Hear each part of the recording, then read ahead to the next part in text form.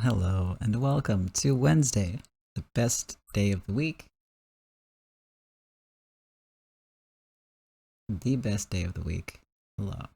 Um, sorry, I'm just real confused about some stuff on my screen right now. I'm just gonna ignore that. That's fine. Hello, Cat, how are you doing? Yeah, we're finally here. We're doing it. We're really doing this. Not episode, Arc 8, Twilight of the Golden Witch. We're here, we made it. I am so jazzed. Because as you all know, I freaking love this series. It's so good, it's my favorite, and I didn't think we'd make it this far, but we did. Man, okay. Let me just fire up the game. And then we'll talk about some stuff real quick, and then we'll actually get going. Because again, hyped. Big time hyped. I'm just gonna move my mic real quick, so if there's loud noise, I'm very sorry. Okay, it doesn't look like that was super loud, that's good.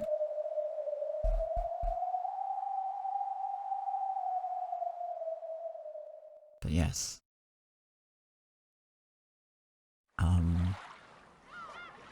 For headphone wearers, yeah, I'm really sorry. It doesn't look like it was that bad, thankfully. But my mic arm is very creaky, and it's a problem that I have, and that you'll sadly also have, because sometimes I have to move the mic. Now don't worry, I know, I can see the audio levels, so I was keeping an eye on that. Sort of for my own reference. Damn. Okay.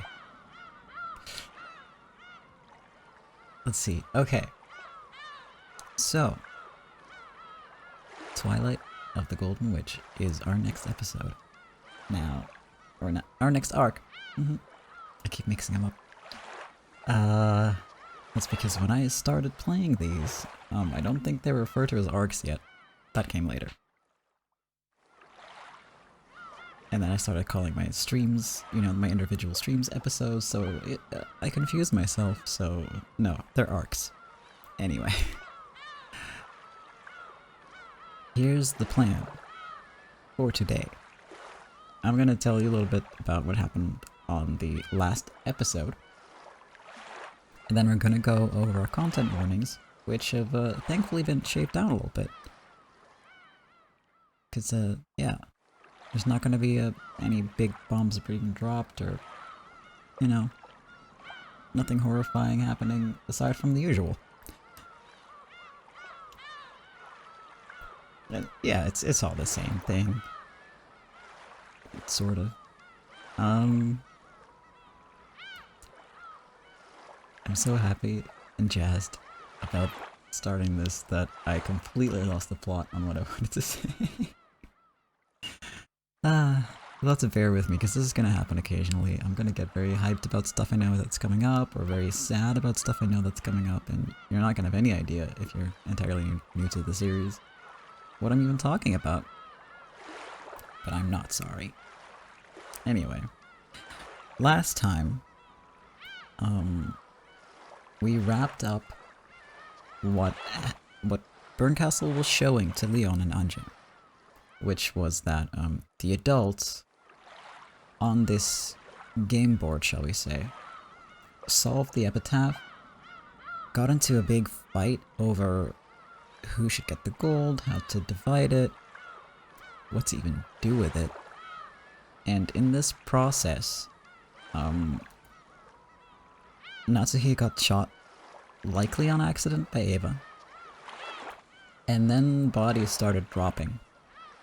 And because Kirie and Rudolph saw their chance and decided, you know what? This is already going bad, we might as well go all out and make it worse. And try to get away with the gold. Which ultimately failed. And leaving Eva as the only survivor. At which point, Bernkastel also said, this is the truth. But she was interrupted. So make of that what you will. That was a red statement, but again, an interrupted one. So who knows what else would have followed up on that sentence, if anything. At that point, Ange just straight up disappeared, unable to handle what she saw her parents do, which is murder her entire family pretty much. And her mother outright saying like, yeah, I don't care about my kid, she's just a tool. Then Berncastle sicked like just a ton of cats on Leon. And everything looked pretty... well, that's not quite... no. First, Berncastle says, hey, guess what? You always die. I found one universe that you live in. And you die in that one. At which point, Will interrupts. And saves Leon from the dangerous cats. And, says to Leon, you need to become a miracle. Don't believe that you're gonna die. Believe in a miracle. And make it happen. And live. And that's the last thing we see of them, really. Will lost an arm in the process, by the way. And he was like, yeah, well... I can't go back for it now. It's gonna take too much time. That's fine. Which is very badass. I should have prepped the summary better, because it's one of the rambly ones. Oh well. Anyway. We ended last time on Battler talking to a little girl. Of about, I think it was 6 years old. Who wants to know what happened. And he tells her, it's definitely not a sad story. And that's where we're going to start today. But first, I have to accept my own chat rules. That's good. But first, our content warning. Content warning 4. Character deaths. Detailed descriptions of gore and body horror. Child abuse. Discussion and mentions of incest. Discussion and mentions of suicide and misogyny. Now all of this is going to be on the level that you've pretty much come to expect from this series. And this episode, so today's stream, is going to be relatively chill. It's it might even be kind of like nice and pleasant and happy, maybe. So, you know, hopefully, it'll all end up fine and nice and pleasant and no one will die and be sad ever again. But there's only one way to find that out. Alright, let me just, adjust my glasses so I can see the text. And then I'll read to you the description. Good morning. This farewell is as sad for me as it is for you. I prepared a goodbye party for tonight. A game competition will be included as well, so please feel free to participate. The difficulty is small, but not to be trifled with. As this will be the last opportunity, why not take part yourself? Good question. Alright, let's go.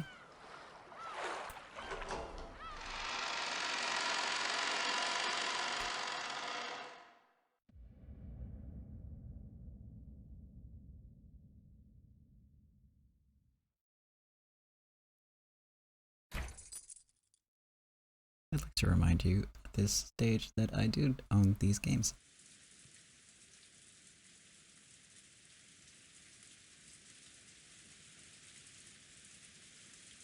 No piracy here.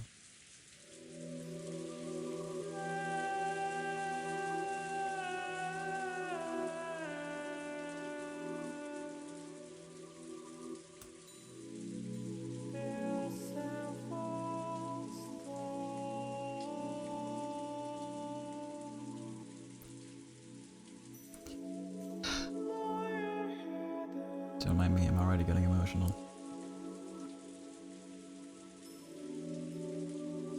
This is fine. Welcome back, Kat.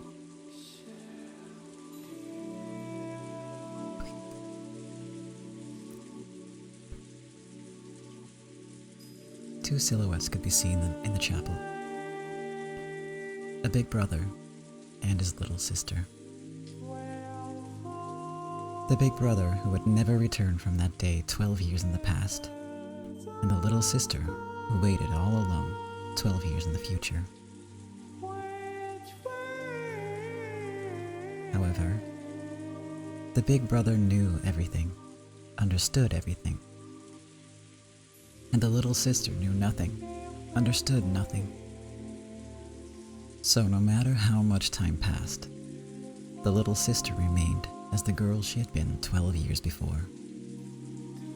She remained a 6-year-old girl forever.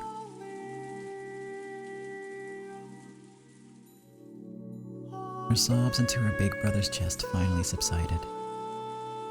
She quietly waited for his next words. After patting her head gently, the big brother fished around inside his shirt pocket. Then, he took something out.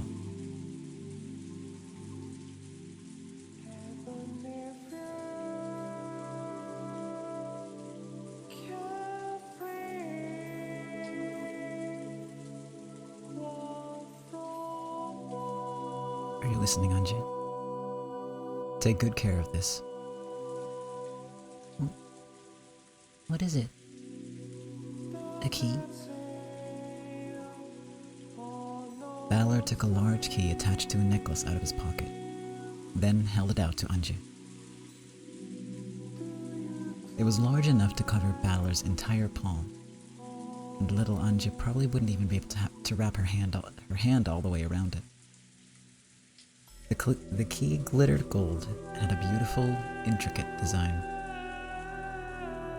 Its weight alone made it clear that this key was something very important. Battler put the necklace around Ange's neck. This precious key is yours alone, Ange. What's it for? The time to use it will come soon. When it does, you'll have to decide for yourself. Understand? Of course, she didn't have a clue what Battler was talking about. But she did realize that he was telling her to take good care of this key. So, Ange nodded, at least in response to that part. In her hand, the key had felt heavy. However, now that it was around her neck, it felt as light as an ordinary necklace. How strange. Okay, let's go. Where? She had been sure that her brother was about to sit down. Just a second ago, he had said that he'd tell her what happened on the Rokkenjima on that day. She had thought that he would tell her here. On that day, on that island. What happened? Weren't you about to tell me that, Oni-chan? Oh, I will. I'll tell the story and let you listen. However, it might be the kind of thing you can't really feel if you just hear about it from someone else. What do you mean? What you really want isn't to know what happened on that island on that day. So, he does understand, after all. What happened on that island that day? Trying to answer that question was all I was capable of, so I wished for nothing more. But if I could, I'd want to go there. To that island. On that day. To Rokkenjima. On that day I couldn't go. To the Ushiromiya family mansion. mom and dad, all my cousins, all my relatives, and everyone else. I want to go back to that island on that day. So, I've always remained the way I was on that day. My heart and soul stuck as a 6-year-old's forever. I want to go back there. I know. Mom, Dad, Oni-chan, everyone. I want to go to where everyone is. That's why I've decided to invite you there. Huh? I'm the game master now. Only those who know everything about the game board can open it up and invite pieces in. So, I'll invite you to come to the game board. You'll take me to Rokkenjima on that day. That's right.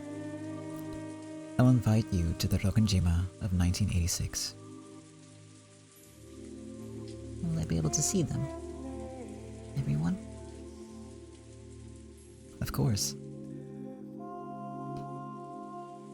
Even though my memory is vague, and I can't remember anyone's faces clearly. You'll remember soon enough.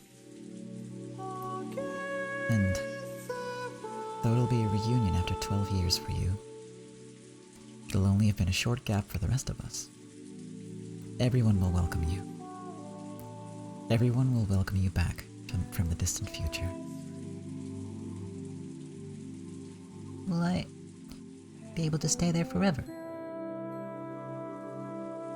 This way, I'll be able to be with everyone forever. This is the goal I'm supposed to reach. Ange, listen to me carefully. But Balor spoke in an admonishing tone, as though warning me that this dream would not be granted. The Rokkenjima family conference only lasts one night. Although, the typhoon stopped the boat from coming that day, so it went on for one night more. So, when the typhoon passes, I'll have to leave the island again. Not exactly. The decision is yours, Ange. You have to decide that for yourself. I understand, of course. I don't exist on that island on that day. It's a miracle just to be invited there like this. Just the 2 days before the typhoon passes. Just getting those 2 days to myself is already the sort of miracle that will never come again. If I'm greedy enough to ask for more, that faint miracle might vanish. Even though I thought this, my young heart, which was still 6 years old, wasn't satisfied with that short-lived miracle. I don't want to leave.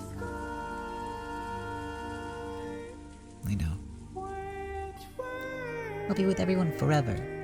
I'll stay with my family. Even if you tell me I have to head back, I'll stay on the Rokkenjima. You can stay or you can leave. But it's not as though one of those is the right choice. That's not how it is, Ange. Even so, you'll let me choose. Yes. That's what the key is for.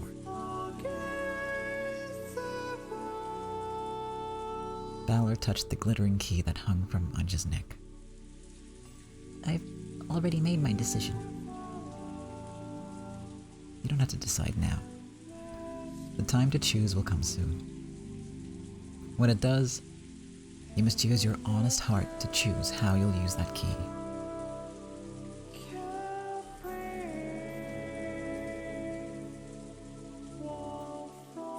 Don't need to listen to anything I tell you. You're free to decide however you like. However, if you're a good kid, And if you can trust your big brother, Then what? then believe everything I tell you. Believe everything. That will lead to the best choice for you. Listen to my words and believe everything I say. Can you do that? I don't know. That's good enough. Just believe whatever you want to. That's also for you to decide.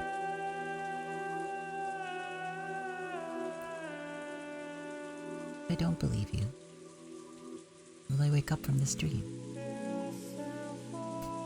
That won't happen. So don't worry. For some reason, Ange was suspicious of her brother and scared of him. Her wish to remain on that island on that day, together with her family, forever. She was afraid that, once she got her 2 miraculous days, her brother might tell her to be satisfied with those and ask her to return to 12 years in the future, all alone. I already told you. You can go, or you can stay.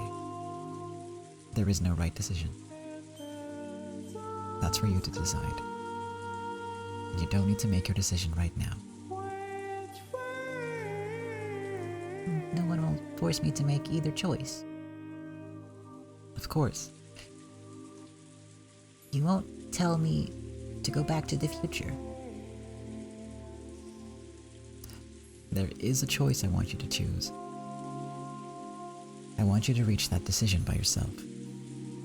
So, though I hope you make a certain choice, I will respect your decision. And I've already told you. I've already made my choice. And I told you. Now isn't the time to choose. When will it be time? The key will tell you. The large gold key hung from Ange's neck. Her small hand held it tightly.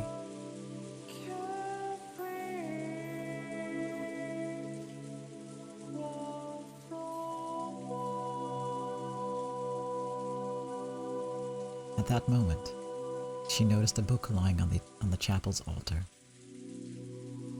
The book had a lock on it and was sealed so that it could not be read without a key. Ange looked between the key hanging at her chest and the book on the altar. Will this key unlock that book? Don't touch that. His sudden, forceful response made Ange flinch. Battler, realizing he'd scared Ange, softened his expression.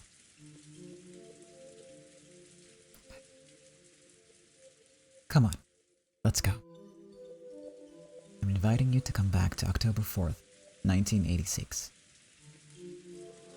Okay. Battler held out his hand, and Ange gripped it tightly. Then, they started walking.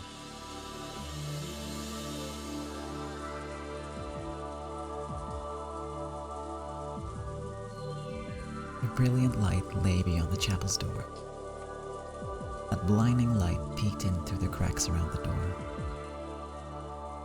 The brother and sister began to walk through to the other side.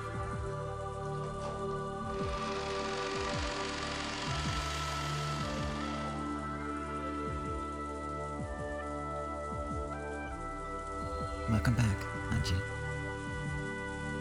And after this, that'll be it.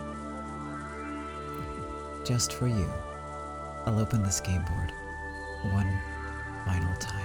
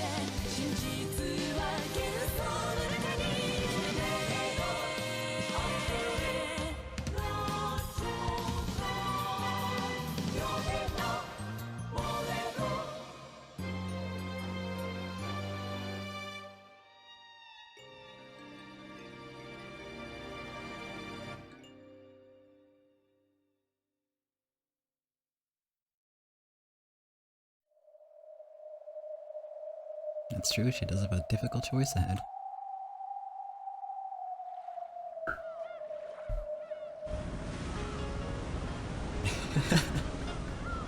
Ah.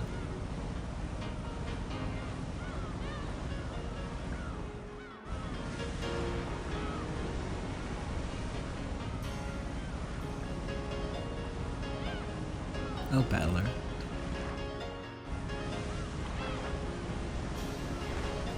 Ah! Gonna fall, gonna fall, gonna fall! Once again, Captain Kawabata's ferry boat to Rokkenjima cut across the sea in perfect form. Yes, the tale of October 4th, 1986 always begins with battler's screams. But this time, one thing was different. There was another person's yell alongside Balor's. Balor was screaming. The other was laughing? Gonna fall, gonna fall, gonna fall! No! Fun, fun, fun!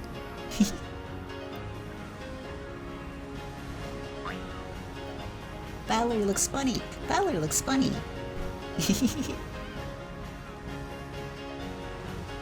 Alongside the big brother, who was grasping at the handrail and screaming in a way that no one his age should, was the little sister, also grasping the handrail and jumping about like it was a ride at an amusement park. George and the others just couldn't hold in their laughter at the difference. Even after 6 years, Balor-kun's still just as energetic as I remember him. Ange and Maria look more lively than usual this year too. Could this be the first time you've had all 5 cousins together? Oh, is it? Well then, yeah. This year's gonna be more lively than ever before. George, Aniki, don't you think this is way too fast? I'm begging you, ask the captain to slow down before it's too late. You call this fast? Balor, you're a wimp. You're a wimp. Wow, Maria. Stone cold. I want to go faster. Faster, faster. I'm gonna have a hard time, like, distinguishing voices for Maria and Ange at this rate. It comes out identical. He's gonna... Wait. Oh my god.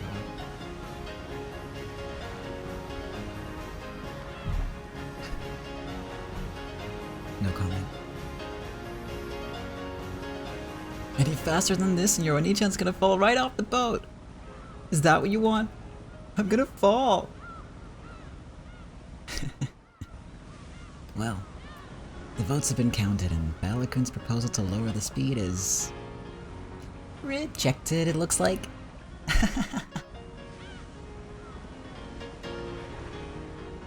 Look out, Oni-chan. You're gonna fall. You're gonna fall.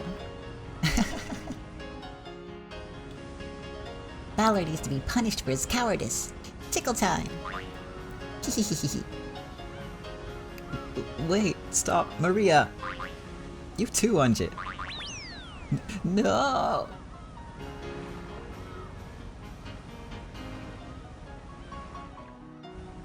Thank goodness for that. I was worried about Ange's health, but she looks just fine. It would have been too sad to leave her behind at home. I'm glad we decided to bring her anyway. Wasn't she very sick shortly before you left? She was all better this morning. Kids could be so incredible sometimes. I'll bet she's the type to get sick when she's stressed or overexcited. It's not that strange for people like that to get all better when the big day finally comes. She must really have been looking forward to playing with all five of the cousins together.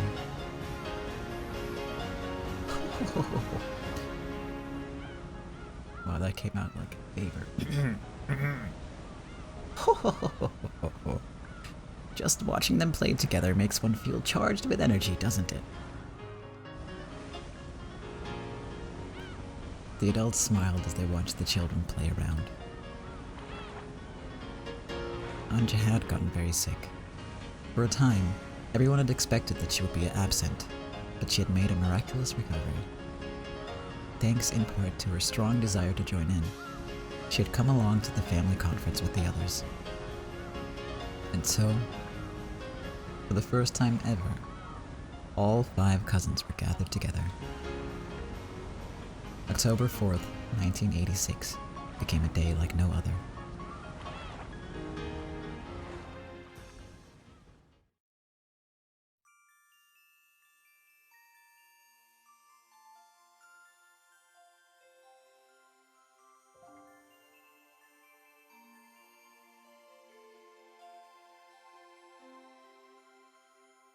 The kids dashed up the path leading from the harbor to the rose garden. They were probably so charged up that even walking was too boring for them. See that? First place. Valor was the first to leap across the finish line that was the entrance to the rose garden. Apparently, he was trying to make up for the dishonor he had suffered on the boat by proving his superiority on land. A short while later, Ange and Maria reached him in a dead heat. I'm second. I'm faster than Ange. Ooh. No, you aren't. Maria One-chan cheated. I'm second. The 3-year gap between Ange and Maria was large, especially since both of them were growing kids. It was only natural that Maria was faster, but Ange seemed to be complaining about a shoulder bump at the start line. Maria One-chan cheated, so she gets last place. Teacher always says you get last place if you cheat, protested Ange.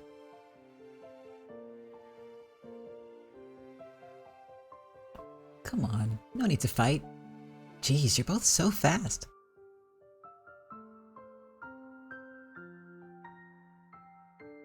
It's been a long time since I last ran like that. The breeze feels so nice. Are you out of shape, Jojaniki? You know, anyone who runs the daily race to beat the bell gets strong legs automatically. In other words, being a fast runner is proof that you sleep in. Oni-chan always sleeps in. He didn't wake up today either, so I had to wake him up. Right? A stomp followed by a flying elbow. And that body press from the top rope at the end there just about finished me. After a wake up like that, it sounds like you'd never get up again. Sounds fun. I want to do it too. I'll bet Oni-chan sleeps in tomorrow. We'll wake him up together this time, okay? Okay, these two together are terrifying. I'd recommend against staying up too late tonight.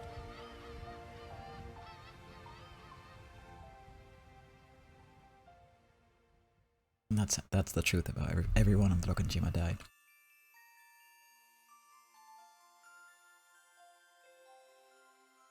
Murdered by children. Finally, the adults came into sight. The cousins waved at them, urging them to hurry up. Ange and Maria were so excited that they could hardly wait. Just by having all 5 cousins together. Just by adding Ange into the group. Look at how energetic this day has become.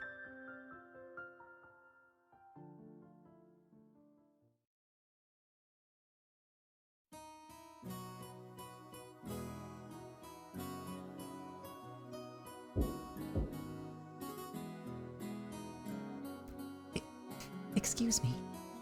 The family members have arrived. They made it here safely then. I must let father know. Are they all in the guest house now?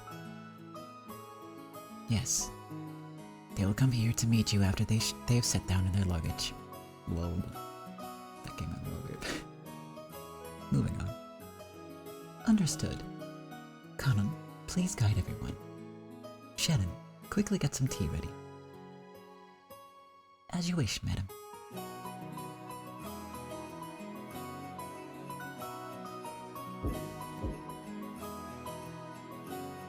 Father, it's me, Kraus. It's about time for you to get ready.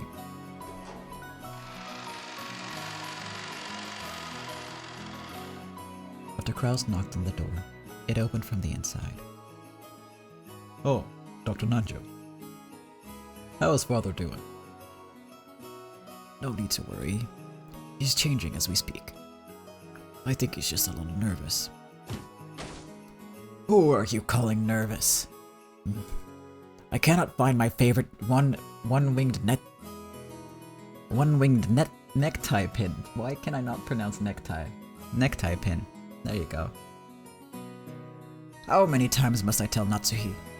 My possessions must never be moved without my approval. Apparently, Kinzo had been in a panic for some time over the simple matter of choosing a tie and tie pin. Kinzo, who valued the dignity of the family head above all else, always made a big deal about being appropriately attired.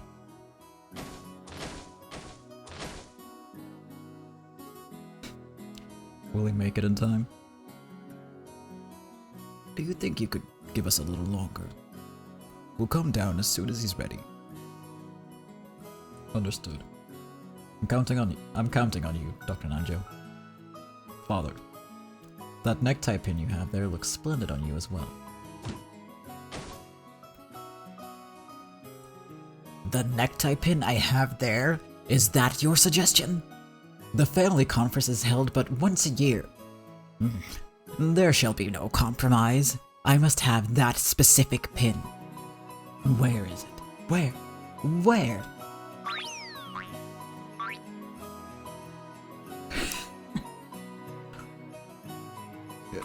Kinzo-san, you already looked in that drawer 5 seconds ago.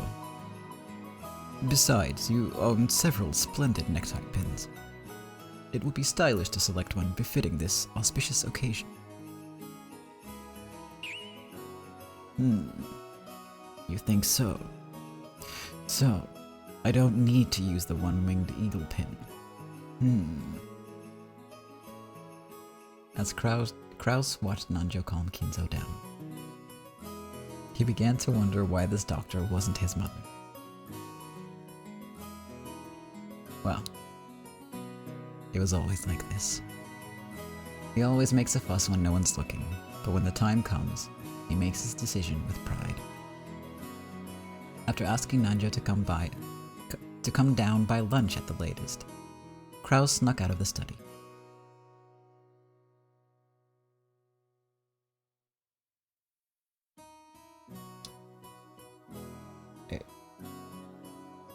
Kraus is just gonna die. Okay.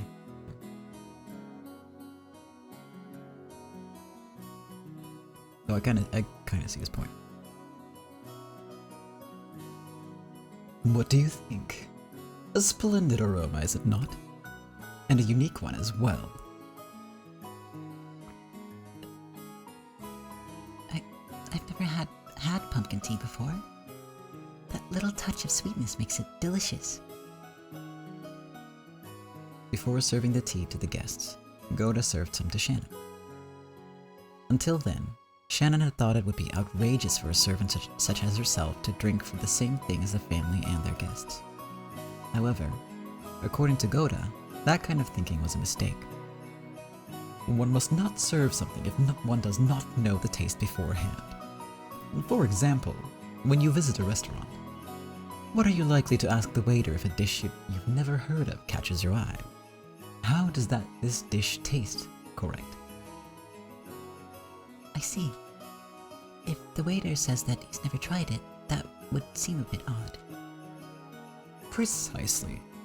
As a matter of course, anyone serving their customers must be deeply acquainted with the taste of the tea and food they serve. And you'll always feel happier serving a sort of tea that you've tried and enjoyed for yourself. That's right. After tasting tea this delicious, I can't wait to let everyone else try it. And because of that, we servants must be very familiar with the taste of all sorts of foods. So if you ever catch me stealing a little nibble, that's all part of my job description.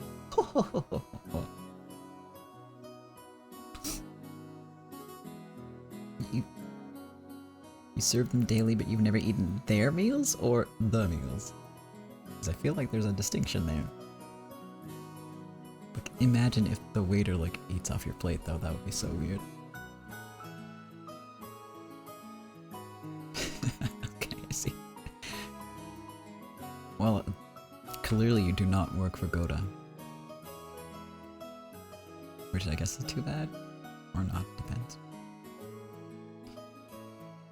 It's both a perk and a part of the job. Do you understand? Yes.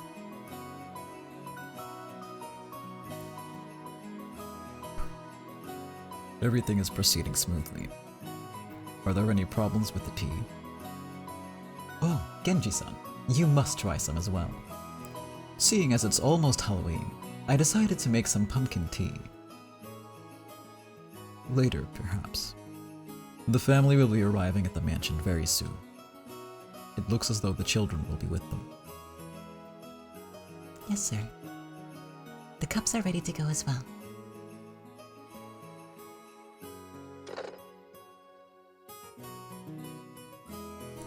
You love pumpkin, it's so spicy.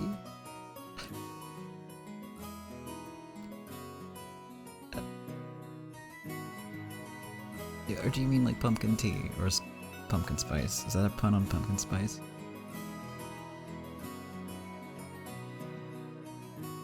At that moment, the kitchen's extension line started to ring. Oh, pumpkin spice. Yeah, that stuff's good. Genji, who was standing right beside it, swiftly picked up the receiver before the second ring. Shannon and the others always thought Genji looked like a samurai when he did this. Okay. Take care when guiding them. After making that short response, Genji set the receiver down. That was Kano. The relatives will be here shortly. The children are with them. Shannon, Kumasawa, go to serve them. Goda, hurry up with that tea. Right away. The family conference. The largest event of the year for the servants. Their morale was high, and they were all full of determination to make it through another year by banding together. Yeah, I've also never tried pumpkin tea. I wonder what that's like.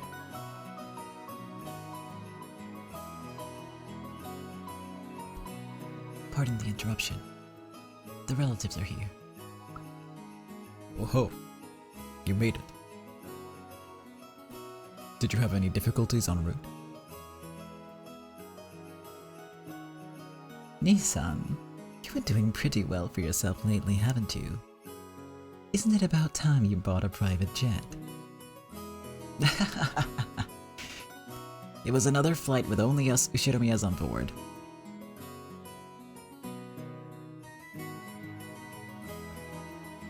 Anji-chan, isn't it lucky that you could come? I was so worried when I heard that you might be too sick to make it today. Thanks for your concern. You suddenly got all better this morning. My tummy ache went away. I rubbed my tummy clockwise. Ooh, that's a magic charm to heal tummy aches. Now, Maria, quiet down. Oh, is that Battler-kun? You've grown so big. It's been 6 years, hasn't it? You've grown splendidly. Well, I do keep getting bigger, at least. Can't really say that about his guts, though. Yep. It's nice to know he's still the same old Battler-kun. Everyone laughed. No matter how big his body grew, Battler would always be Battler.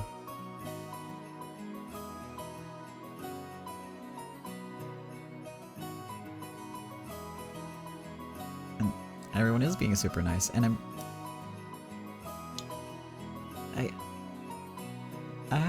I have had like pumpkin spice adjacent tea before, because here it's like we don't use that on pumpkins, we use it on other stuff. But it's like a winter thing, so there's like winter tea that is very similar. And it's pretty good. Yeah, it works as tea. Speaking of, I'm gonna go drink some right now.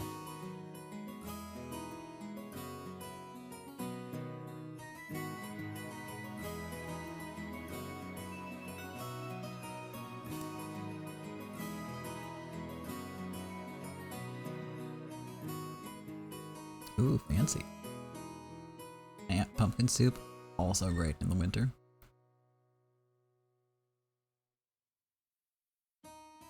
Nice. Yeah, it's gotten a lot cooler here as well, so I can finally drink tea for these again. I say only having skipped tea for 2 weeks in a row.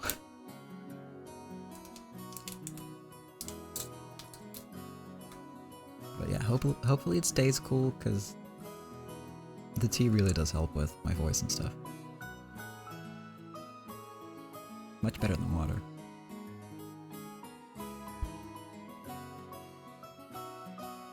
And I don't really notice a caffeine rush from the tea that I usually drink. And this is like black tea, so there should be a decent amount in there. But I also drink a decent amount of coffee. Well, not a whole lot, just a little bit here and there, you know. So I guess I'm kind of used to it. Who knows?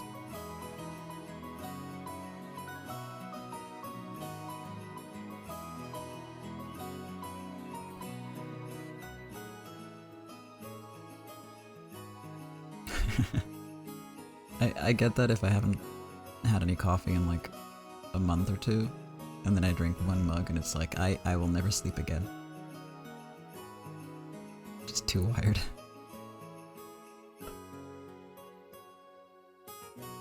And that's why I cut down on my coffee intake, because, oof, it's not good. Oh shit, I pressed the wrong button. No! Oh god, that was the auto read. Don't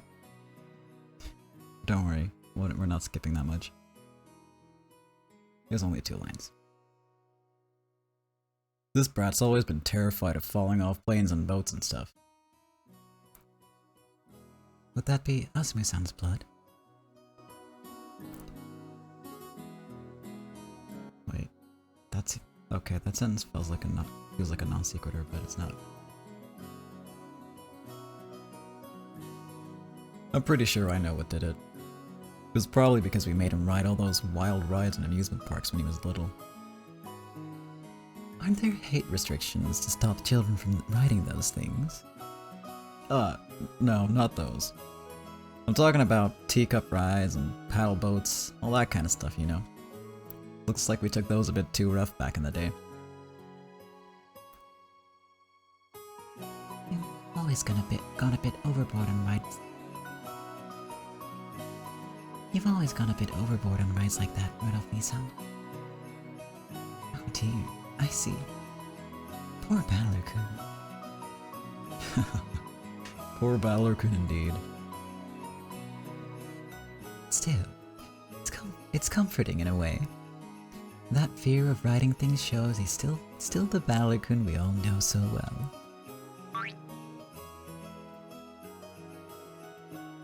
Oni-chan isn't scared of riding things, he's scared of falling off them. Gonna fall! Gonna fall! Ooh.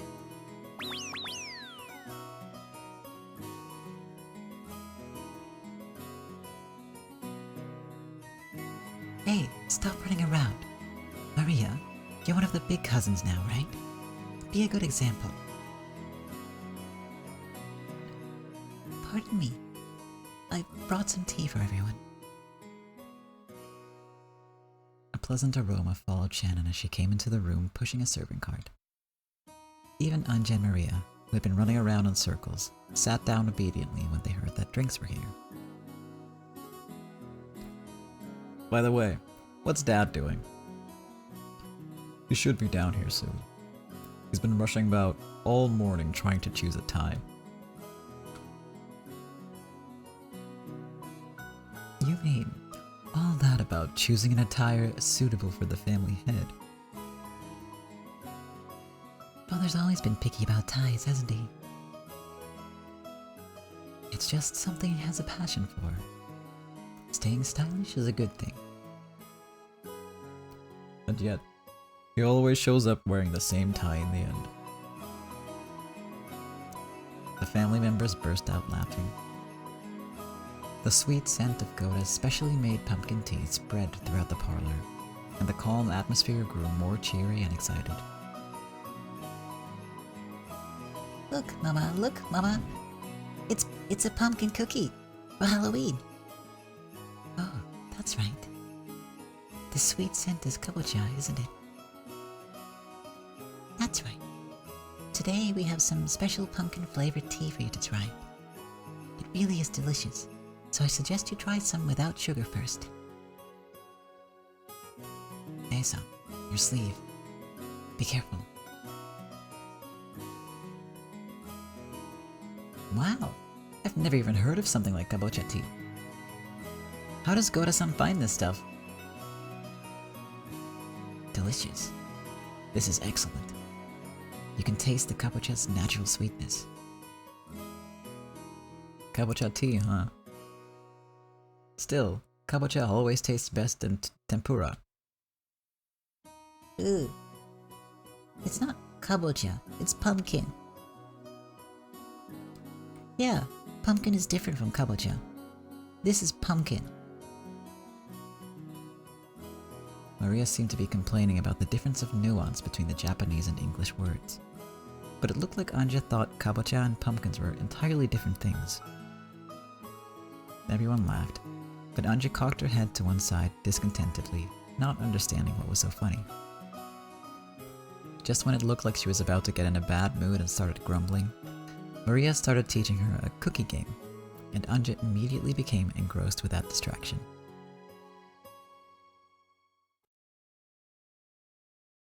Then, the clomping sound of approaching heavy footsteps could be heard from the hallway. Having a pretty good idea of whose footsteps they were, the relatives straightened their backs. Those quick footsteps stopped for a moment just outside the parlor door, as though someone was taking a deep breath and setting up a dramatic pause. Then, as the door exploded open, Kinzo, with Genji and Nanjo standing behind him, yelled out loud.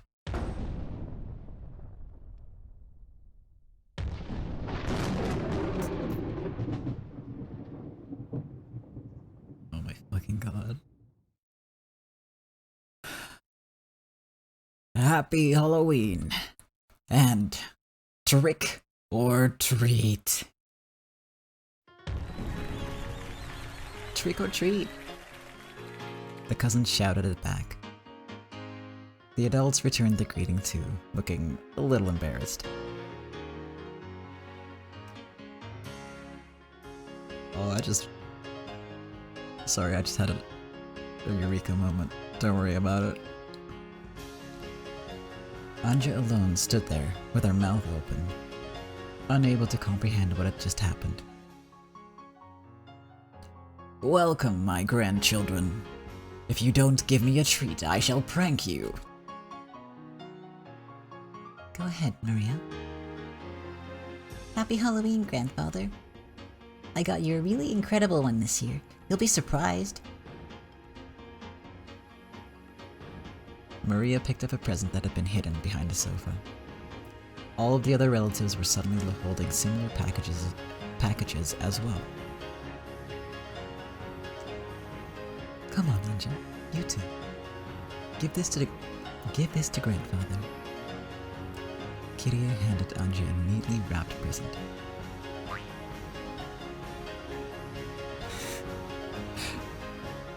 What is this man doing? Why are you making me do this? The very stretched out words I struggle with. Usually I just ignore them, but it's Kinzo, you know, he has to ham it up a little. Oh, Maria, you're always so thoughtful. Grandpa's so happy. As Kinzo took Maria's present, a smile broke out across his face, and he rubbed his cheek up against it. Master, your dignity. Holy shit, Genji. Stone cold. You dropped your dignity. It's over there. Yeah, no, to the left. Yeah, there it is. Oh, that's right. You have pleased your grandfather greatly, Maria. In return for the treat you have given me, I promise not to prank you this year. Just taking the boat off the eye. Now it's your turn, grandfather. If you don't give me a treat, I'll prank you. Yes, splendid. Genji. Here. Genji fished through something that looked like a Santa Claus's sack and pulled out a present addressed to Maria, handing it over to Kinzo.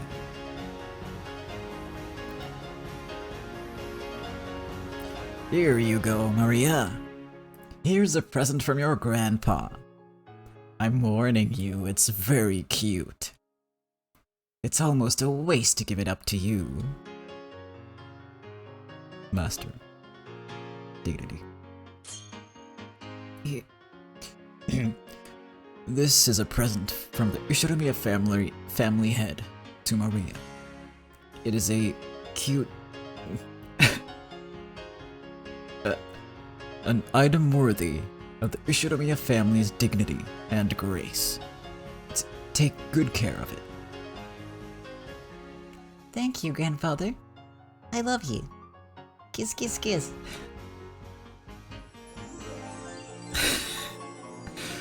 Oh. Oh, Maria, my cute little granddaughter. Kissy, kissy, kissy. I completely forgot about this part.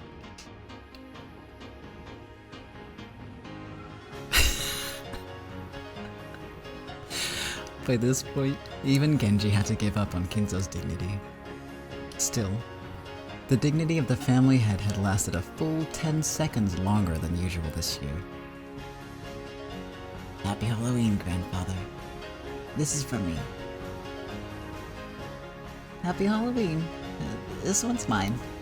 I hope you like it.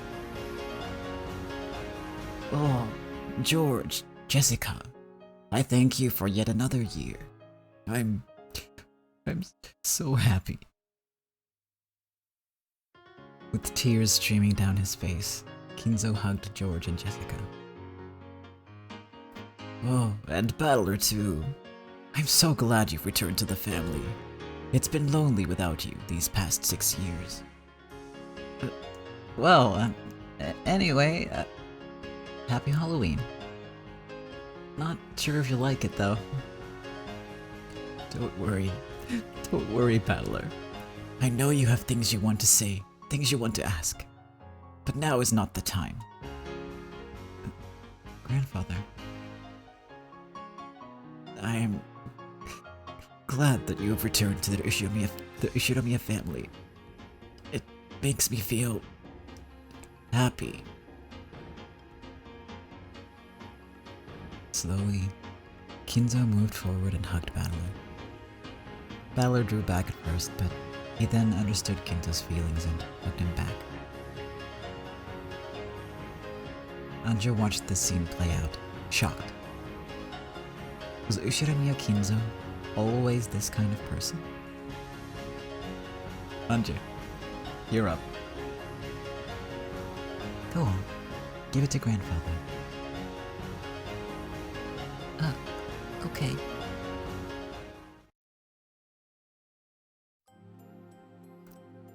Ange didn't have a clue what was going on.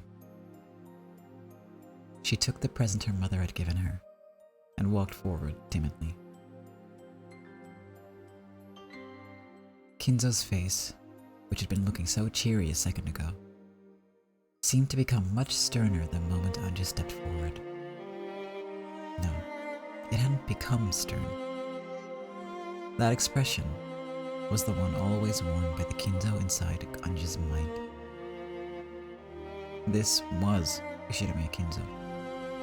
He was fickle, short-tempered, always with a stern expression on his face. The most terrifying person of the Ushiromiya family.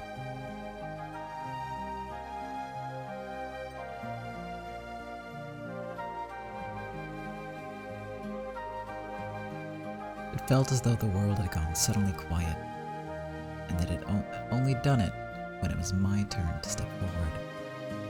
Why? Why only for me? But even so, isn't this the way it should be? Isn't this the Ushiromiya Kinzo I expect? The Ushiromiya Kinzo I understand. I was like a puppet carrying tea. I walked forward, bewildered, with the present held out in front of me, and stopped in front of Kinzo. Without letting his expression change in the slightest, Kinzo slowly reached out and touched the present. Ange! In an instant, Ange was caught in a firm embrace, present and all. Kinzo's white beard rubbed against her cheek. Grandpa is so happy. I'm so glad to be blessed with such lovely grandchildren. I feel happy. So happy the tears just won't stop. Buster, your nose is running. That.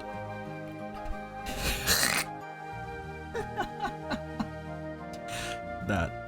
And your dignity. It is also running. Oh, Genji, forgive me.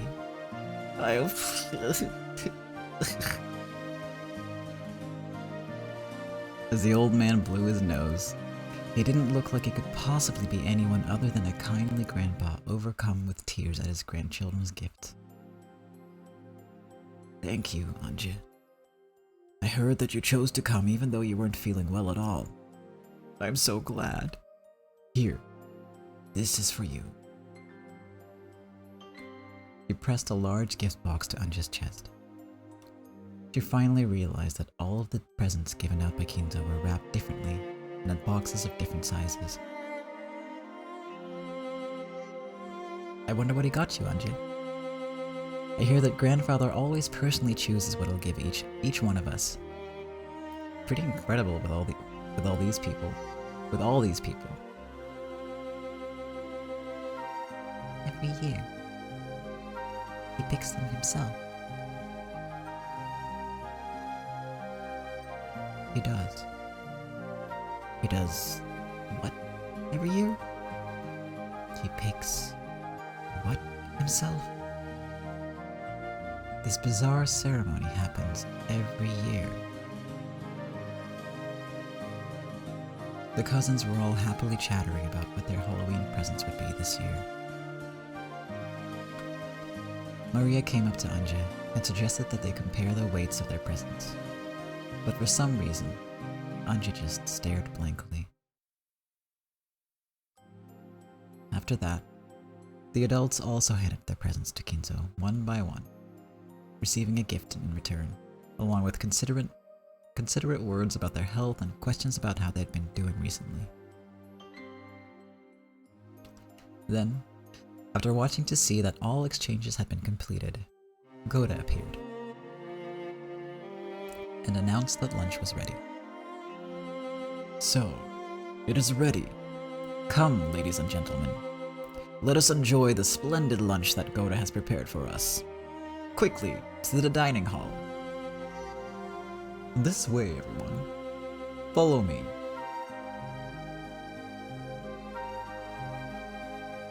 We'll carry your presents to your rooms in the guest house. Please, feel free to leave them here as you leave for lunch. The relatives stood up leaving their presents where they lay on tables and sofas, and followed Kinzo out of the parlor. Only Ange remained standing there, stunned, as she clutched the gift box Kinzo had given her.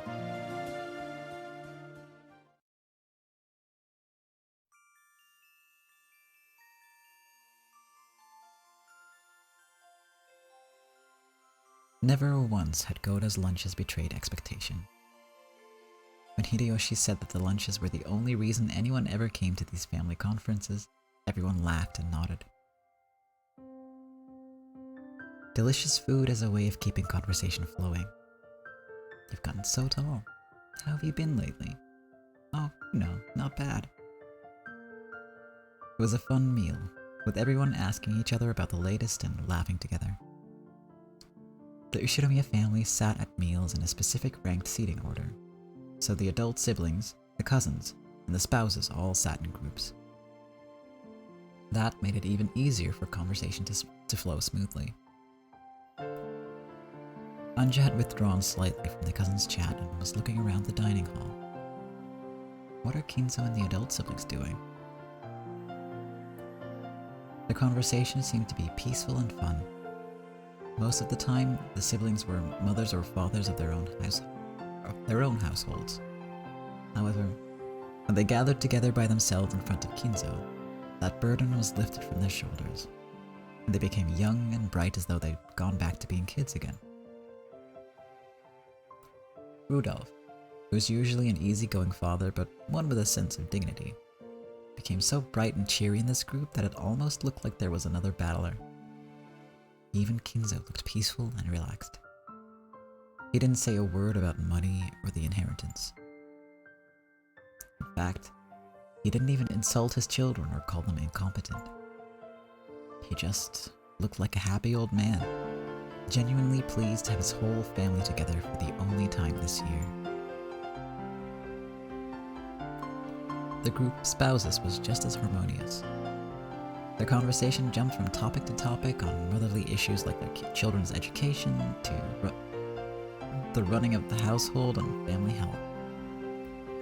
Hideyoshi and even Nanjo happily joined in. And what about the cousins? There was no way that such a fun dinner table with such a fun group of friends could fail to be raucous. Raucous? Rowdy, I guess. Right? I don't know English. I can't even read. Aria was in her element, showing off her knowledge of Halloween trivia. I said it right? Thank you for confirming. George and Jessica would nod in understanding. Balor would say something stupid and Maria would laugh at him. If I wanted, I could easily join in on the conversation. And I could easily slip out of it too by shifting my attention to the dessert. It was happiness, both fun and natural. It felt like I was enjoying a pleasant doze in the rays of the springtime sun.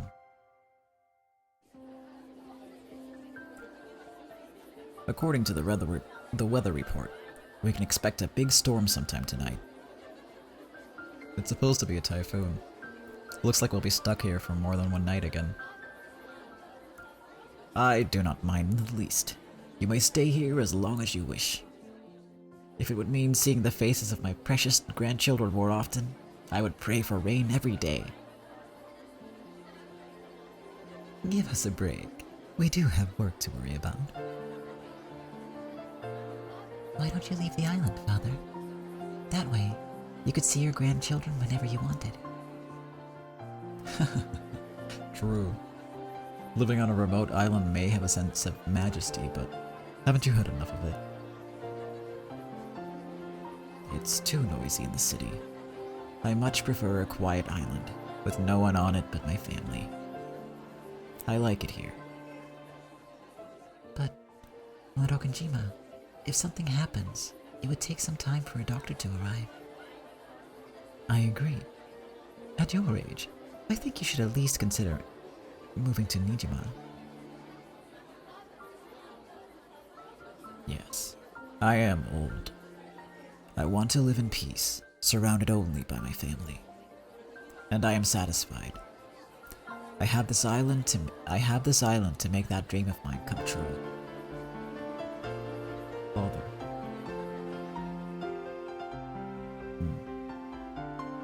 It seems I've gotten you all down.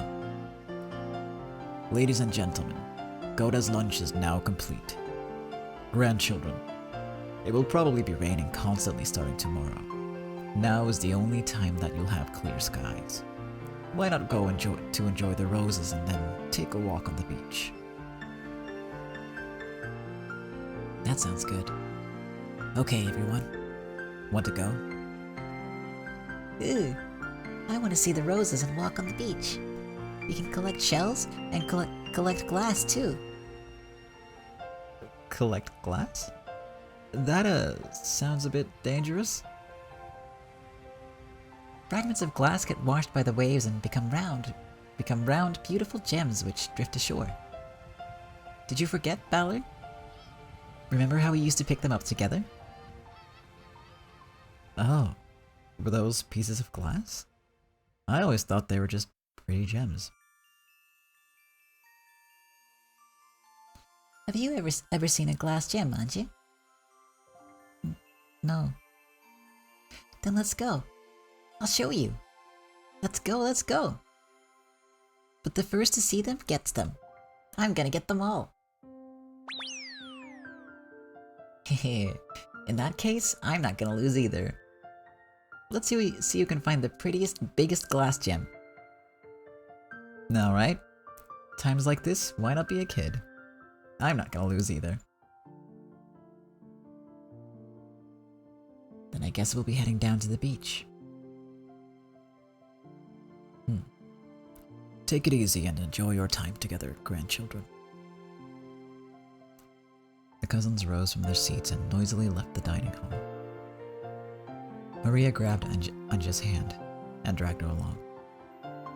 However, Ange's expression was vague and absent-minded, the opposite of Maria's full smile.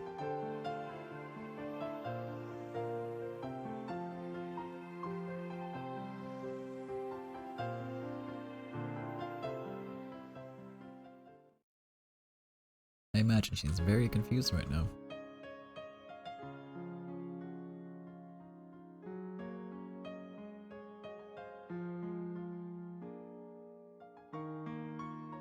The cousins walked along the water's edge, playing. They searched for bits of glass, polished by the waves to become small and gem-like. They caught up on news of each other's lives and joked around. They wrote words in the sand. They chased the receding waves and ran away from the coming ones. The cousins enjoyed this time they had to themselves.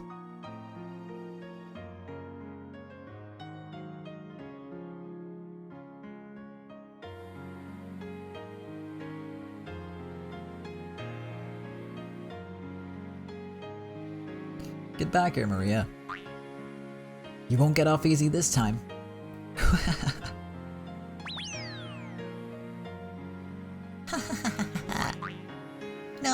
No. You'll get hurt if you fall. Be careful, you two. Feels like the wind's gotten stronger. Maybe we should head back soon. You're right. I think the sky is getting cloudier too. Valor-kun, Maria-chan, I think we should call it a day soon and head back to the guest house for the time being.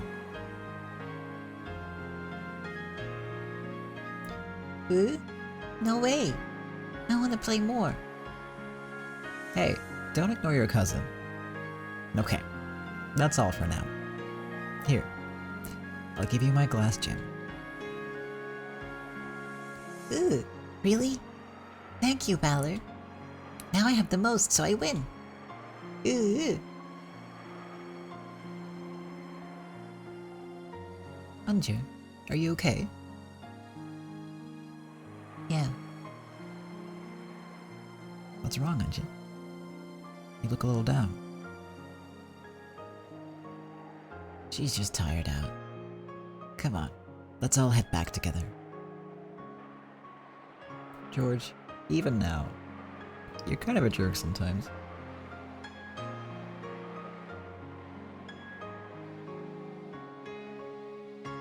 Like, hey, what's wrong?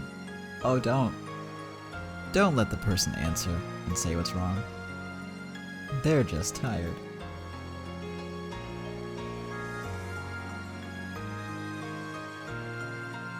Typical.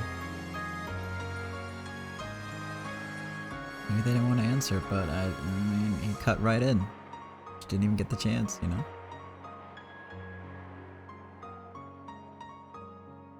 There was no pause, there was no nothing. But I mean, there are definitely situations in which it's fine to speak for someone else if you get like the indicator and the okay that, you know, that they want you to do that. But you know, it's George. Just George, you know?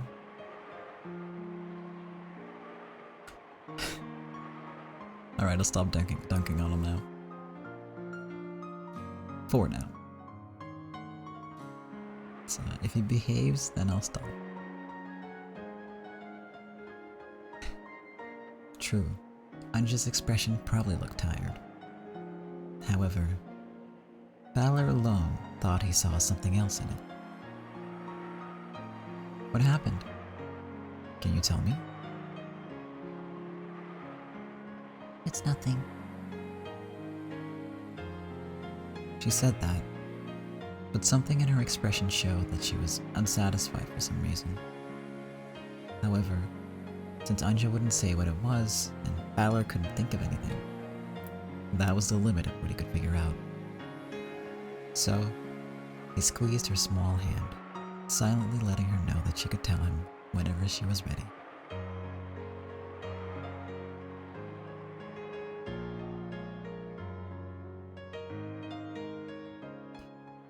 It had seemed such a bright, sunny day until a short while ago.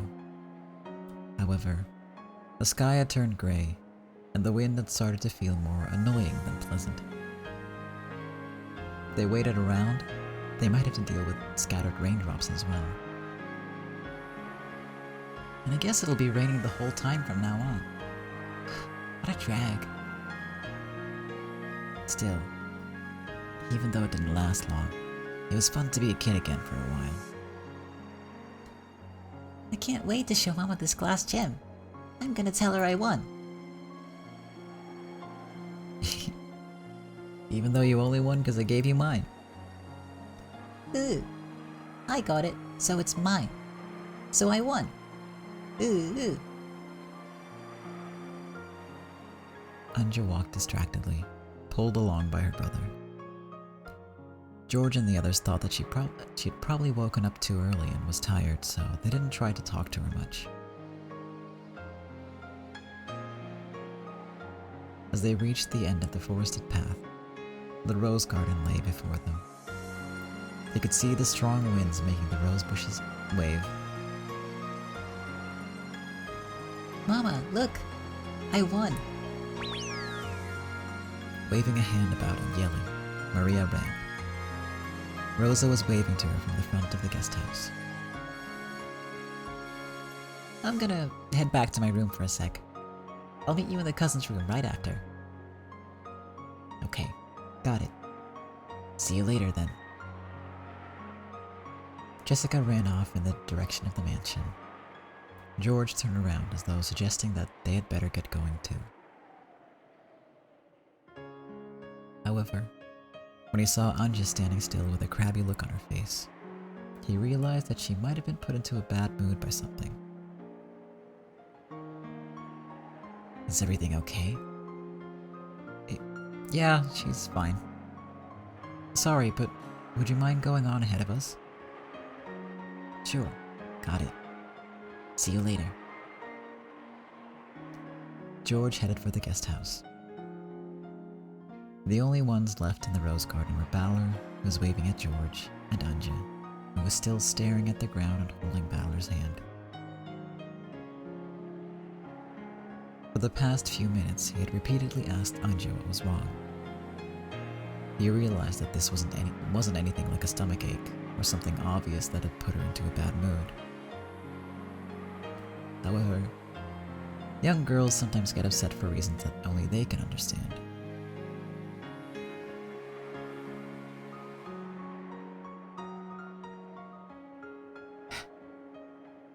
Balor knew this, so he didn't rush her in any way. He continued to gaze around the beautiful rose garden, holding her hand.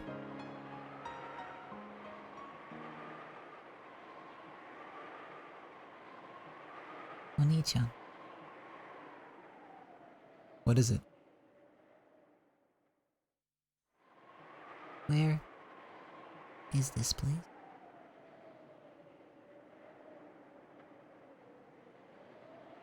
She asked the question as though she was talking about something on the other side of the silver screen. Though Balor understood what that question meant, he played dumb. What do you mean, where? It's Rokkenjima. No, it isn't. Yes, it is. How is this supposed to be Rokkenjima? It's the Rokkenjima of October 4th, 1986. The Rokkenjima you've wanted to see for so long. That's a lie. Why do you say that? This is all a pack of lies. Ange wrenched her hand from her brother's grip. That hand hit a rose and sent flower petals flying. I don't lie. How is this supposed to be the truth? Ange spat those words out. However, Balor's expression remained calm and composed. What don't you like about it? For one, Ushinomiya Kinzo. There's no way he was like that and you know it. He's just seen his grandchildren again for the first time in a long while. I think any grandfather would smile in that situation. Not Ushinomiya Kinzo. He wasn't that kind of person. Ushinomiya Kinzo was... Strict, discontented, short-tempered, and quick to anger? So you do understand. What was all that back there? How is that supposed to be Ushinomiya Kinzo? Halloween? Exchanging presents? What the hell is that? That's nothing like Ushinomiya Kinzo. This is nothing like Rokkenjima. Don't you remember, Ange? Remember what? We did that every year, didn't we? Every year? That? Well, I guess it's no surprise. The last time you went to a family conference, you weren't even 6 years old. So, it's only natural that you wouldn't remember. It's only natural that...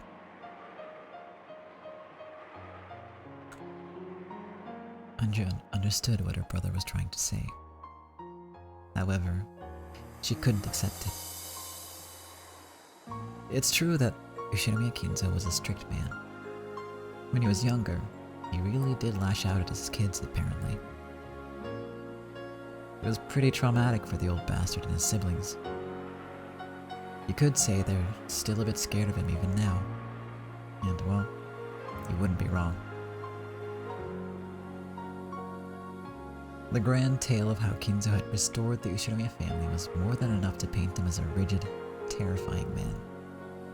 Furthermore, Kinzo was an investor. All the legends and tales that made him seem more mysterious had probably worked in his business's favor. At times, Kinzo may even have acted out this part people expected, endeavoring to make his presence all the more overpowering. That's why the world at large spoke of Ushinomiya Kinzo as a strict, short-tempered man. And they even thought of him as a fickle, bold, incomprehensible eccentric. But that was just the face grandfather showed to the world. That's not how he acted in private, alone with his family. Are you saying that weeping old man who doted on his grandchildren is the real Ushinomiya Kinzo? He must have played with you and patted your head many times. Do you really not remember? Things like that might have happened once or twice. But that would only have been a mere whim of Kinzo's. My parents told me all the time, grandfather is a terrifying person, so make sure you don't mess up. They always said, that he's very scary, so take care. And that means he was a scary person.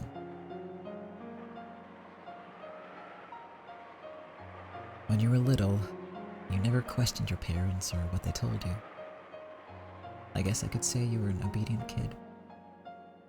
But I could also say you had an overactive imagination. Dad and the others were just trying to make you realize how important it was to be polite. I saw it though.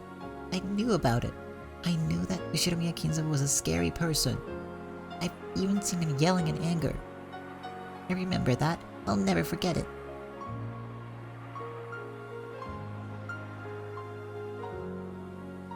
Well, like you saw just now, grandfather could be a bit abrupt at times. He might just have been trying to surprise you. Or it might just have slipped out when he was having a serious discussion with his kids. And you think I just got scared for no reason and got the wrong idea? That can't be. That can't be true. I mean, I still remember it. I know I saw Ushinomiya Kinzo's yelling and being scary. Mom and Dad were terrified too, so I know I'm right. The impression you had of grandfather when you were young remained with you, and that impression grew inside you as you grew up. How many times did Ange see Kinzo in her life? How old was she the last time she saw him? Ange, who got sick easily when under pressure, couldn't have gone to Rokkenjima often. And since she was absent for the family conference when she was 6, her last memories of him must have come from when she was just 5 years old. But even you haven't seen Ushinomiya Kinzo for 6 years. That's right. But when I finally came back after 6 years, I saw that grandfather hadn't changed in the slightest. Kinzo was fickle, so you could never understand what he was thinking. And he was an eccentric with a creepy love for the occult and... It's true that he had a love for the occult. Yeah, it was a bit of a strange hobby for him to get into in his final years. I'll admit that his hobby of collecting strange objects to spook his grandchildren with wasn't exactly praiseworthy. Even Balor had been pranked by Kinzo in the past. He showed me an attaché case with 7 strange stakes in it, and said something about how witches in the Middle East used them in sacrificial rituals to gouge out the heart. When Kinzo first showed me those, I was pretty frightened, but looking back on it, it really was the kind of prank that could only fool a child. Grandfather only scared his grandchildren because he wanted to joke around with them. I'd be willing to bet that grandfather pulled a prank like that on you too. It's no surprise that, young as you were, you let that scare you and convince you that grandfather was a strange, terrifying person. I don't know what you're talking about, Oni-chan. Ange bit her lower lip and stared at the ground. She said she didn't understand, but in truth, she understood perfectly and was refusing to accept it. Remember how we traded Halloween presents in the parlor just now? What was that all about? The Ushinomiya family never did anything that sentimental.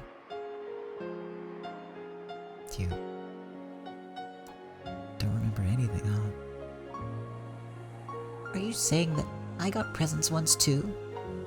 I don't remember anything like that. That could never happen. Do you really think that grandfather, a man who loved the occult and Western traditions, wouldn't celebrate Halloween? Grandfather's Happy Halloween was pretty much the standard greeting at our family conferences. You must have been given one. Youth can be so cruel. Grandfather must have put all his heart into choosing that present for you, but it looks like your heart didn't remember. Are you saying that I was just too young to remember? And that was the truth of October 4th? That day, just like 6 years before, grandfather entered the parlor with a cry of Happy Halloween. Then he and I traded presents, as he shed tears over our long-awaited reunion after a 6-year gap. Grandfather was very sad that you weren't able to come. So, he gave your present to Kiryu-san, telling her to make sure that you got it. I never heard anything about a present like that. I never got one. True. She never had the chance. I don't believe it. I won't believe that was Ushiramiya Kinzo.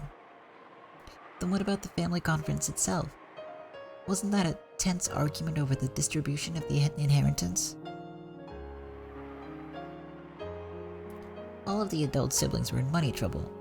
They all hungered for Kinzo's inheritance money.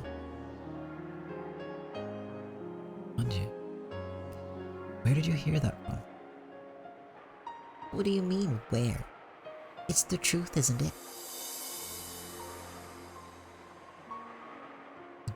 Do you think Dad would talk to you about financial difficulties with his company when you were that age?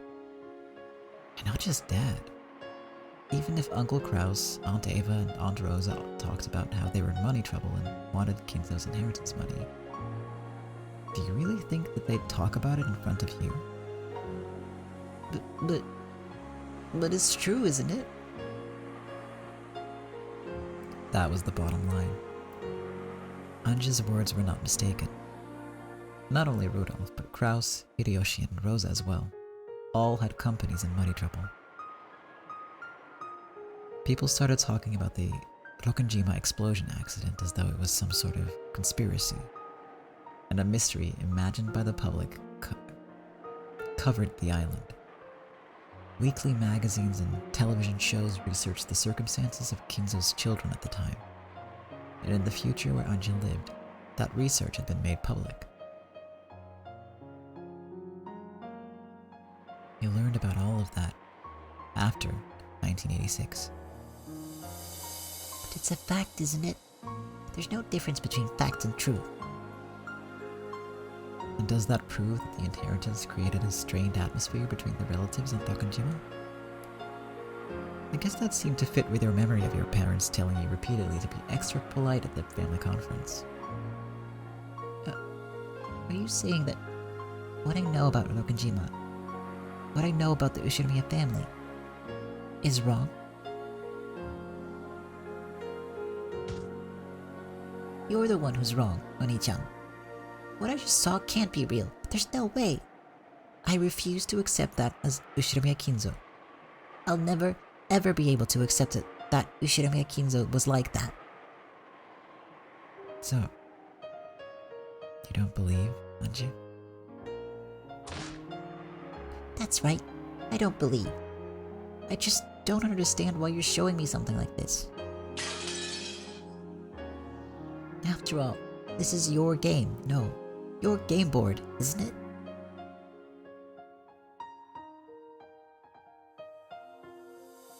Beato and Byrne, one witch after another, sneered at my fate, trying to make me surrender in their games. But I seek the truth. Those witches' deceptions won't work on me.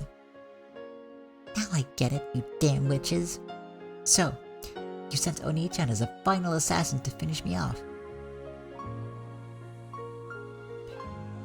You're right about one thing. This is my game.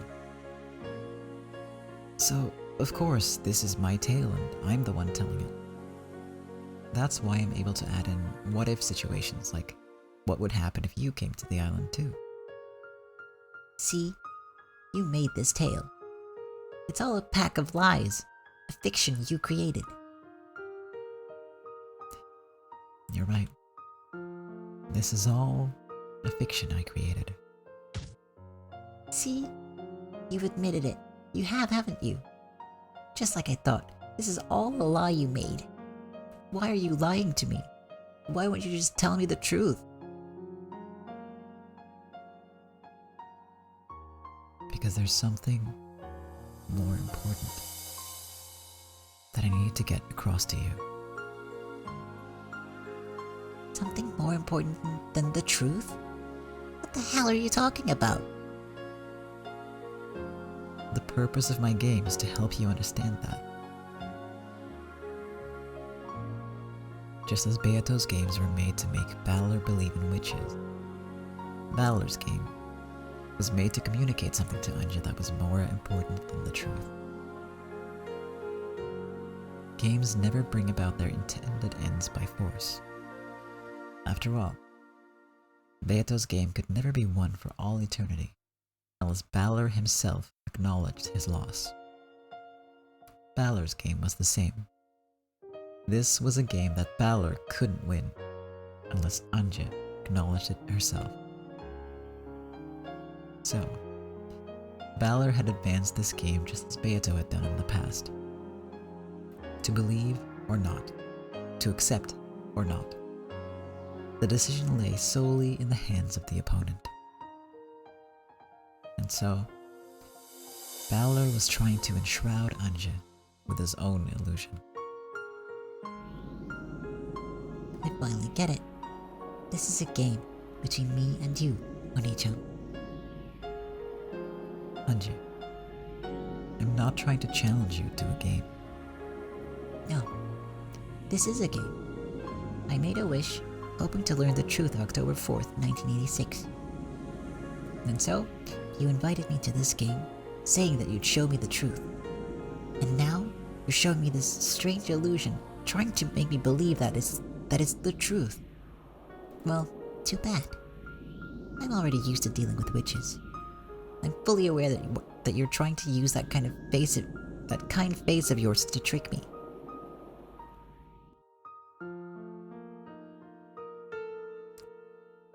The big brother knew that no words of his would have any effect on his enraged little sister. So, he just quietly listened to Ange's words. But for Ange, even that was frustrating. I've had more than enough of this stupid farce. If you don't plan on telling me the truth, then end it all now. I'll find my own truth for myself. I won't rely on you. That's right. There was never anyone I could rely on anyway. I've always been all alone.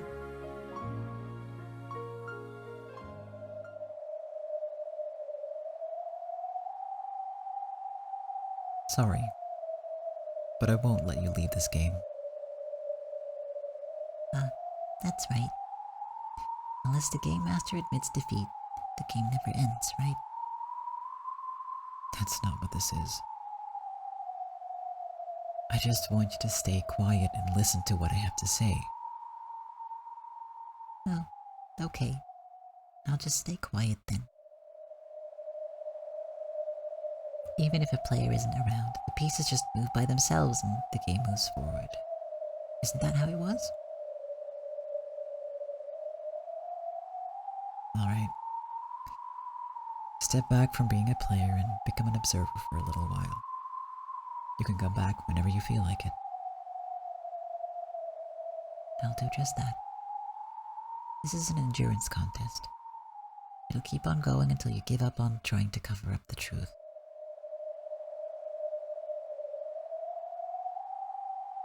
Something more important than the truth? You're not making any sense. There's no such thing. There is, Ange. Whether my tale is the truth or not, the fact remains that you lost something precious on this island. Dad, Mom, and you, Oni-chan. I lost my family and everything that mattered to me. She spat out those words as though no further questioning would do any good, and looked away. Even as he watched this, Balor's expression remained gentle. Just keep going however you like. Later, Oni-chan. At least make sure you watch the tale. Even just listening is enough. If I feel like it. Later.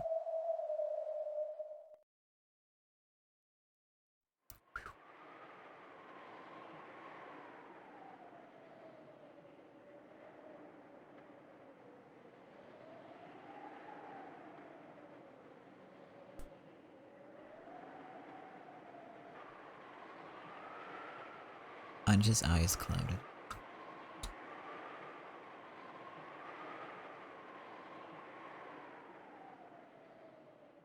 Then, a particularly strong gust of wind blew by, sending her hair flying. The wind must have been carrying some dust with it. Ange's nose twitched. She sneezed loudly. Oni-chan. What is it? How long are we gonna stand here? The weather's all weird. Let's go back to the guest house. Ange's eyes weren't cloudy anymore. However, the tone and atmosphere about those eyes seemed somehow different from before. In a manner typical of young girls, Ange signaled that she was too bored and wanted to go do something. This Ange was clearly a 6-year-old Ange. Good point. Then, why don't you head back to the guest house now? I'm going to stay here. Why? It'll start raining soon. She should be here in a moment. So, I'll wait for her. Wait for her? For who? Huh?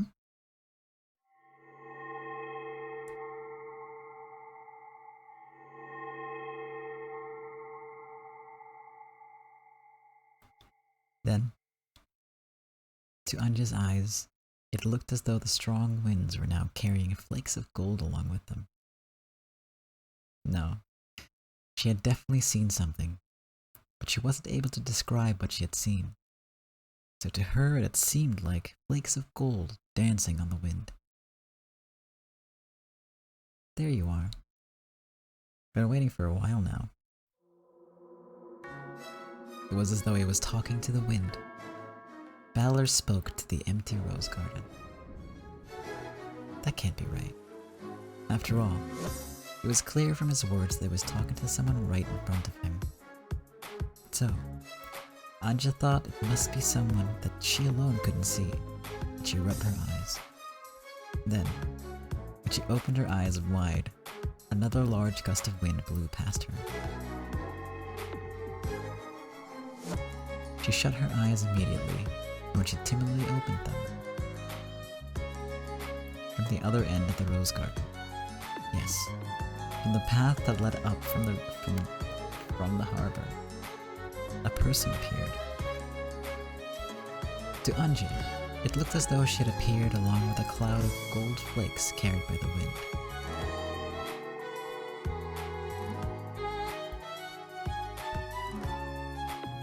Ah, there she is. It's been so long.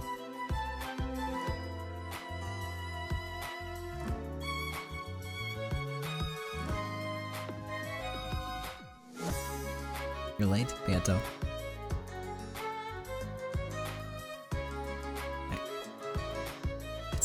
It's been months since I had to do this voice. Holy shit.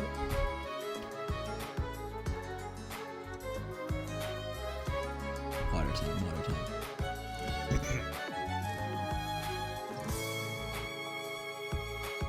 Am I? I'd call it early. You should ride the boat with us every now and then. You mean grasp the handrail and scream alongside you? Yeah, sure, let's scream. Gonna fall. I see. How interesting. Yes, I suppose I did arrive too late. The pair casually walked up to each other and hugged.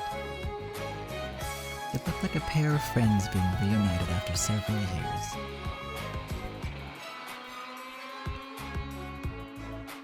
Ange, surprised by this unfamiliar woman, looked for somewhere to hide. However, her eyes met Beato's, and she lost her chance to escape. Oh, and you must be Ange. She was shocked to hear this unfamiliar woman suddenly use her name.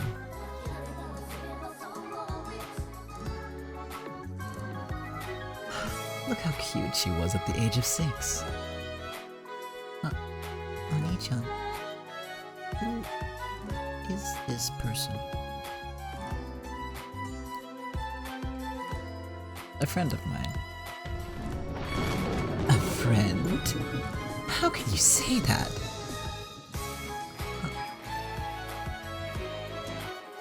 Oni-chan's friend? This is Beatrice.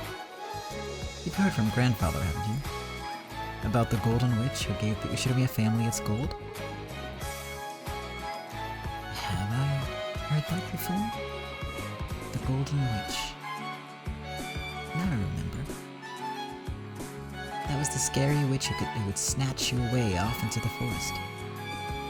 If you didn't listen to your parents or stayed up too late on Rokkenjima.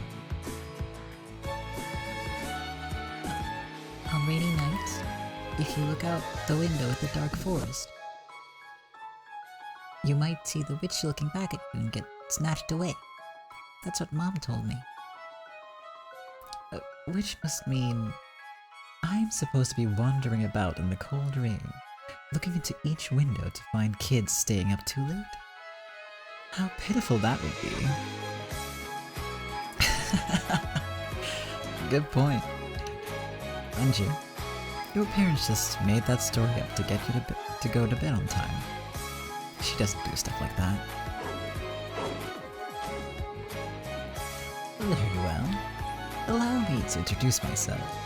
I am Beatrice, the Golden Witch. Or her grandchild, at least. Grandchild? That grandchild part puts a bit of a damper on things. Well, it's true, isn't it? The person that grandfather got the gold from and called the Golden Witch was your grandmother, right? That is true, I admit. Grandchild of the Golden Witch, is it? Can you get a better title than that? Is this person a witch? Yep, she is. She's a guest who's been invited to the family conference today. She isn't a scary witch. She's not gonna take me away into the forest. Damn Rudolph and Kitty. Just what do they think they're telling this kid about me? I don't do things like that. I'll lodge a firm protest later. Pout. Says pout. She looked like a very emotional person. But she wasn't at all what Ange had expected the creepy golden witch would be like. She was very loud, overreacting to everything. Nothing at all like the witch Maria Oni-chan had talked about, who had lived for 1,000 years and had various servants from the demon world. She looked, well, like an energetic young woman whom Ange's mom might have been good friends with. Her brother and the witch talked together happily like a pair of close friends. Dogs often don't trust people when meeting them for the first time. However, People say that dogs feel more at ease with a person once they see their owner acting friendly towards them. Surely, something similar to this was taking place in Ange's heart. Dogs are like little sisters. You heard it here first. I should have said that the other way around, it would have been funnier.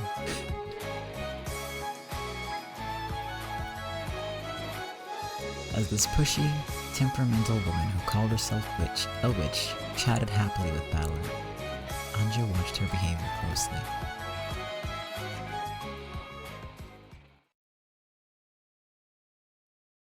What's that key for?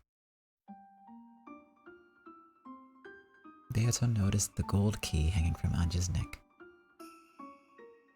Ange automatically grasped it defensively. That's Ange's precious key. After hearing these vague words, the witch stared blankly for a second. But almost immediately, she seemed to understand what he meant. I see. Is that how it is? I thought it'd be easier to understand if I made it clear what she's supposed to do.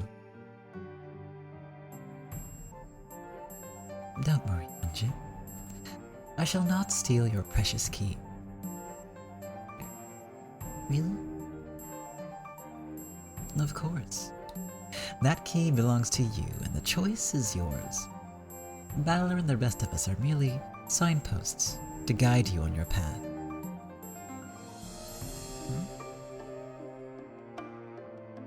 When handing her this key, her brother had said that it was very important, and she had to take good care of it.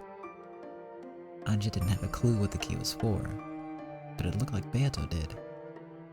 However, just like her brother had done earlier, Beato only spoke in riddles.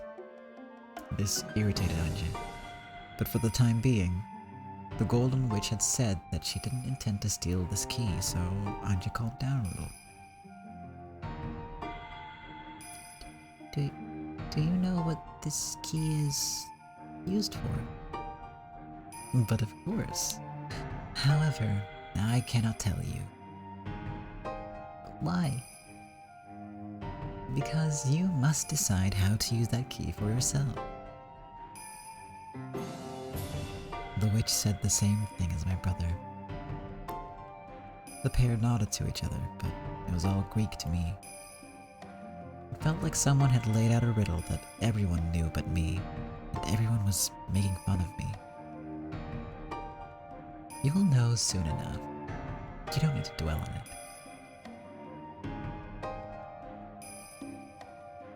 Ange held the key tightly.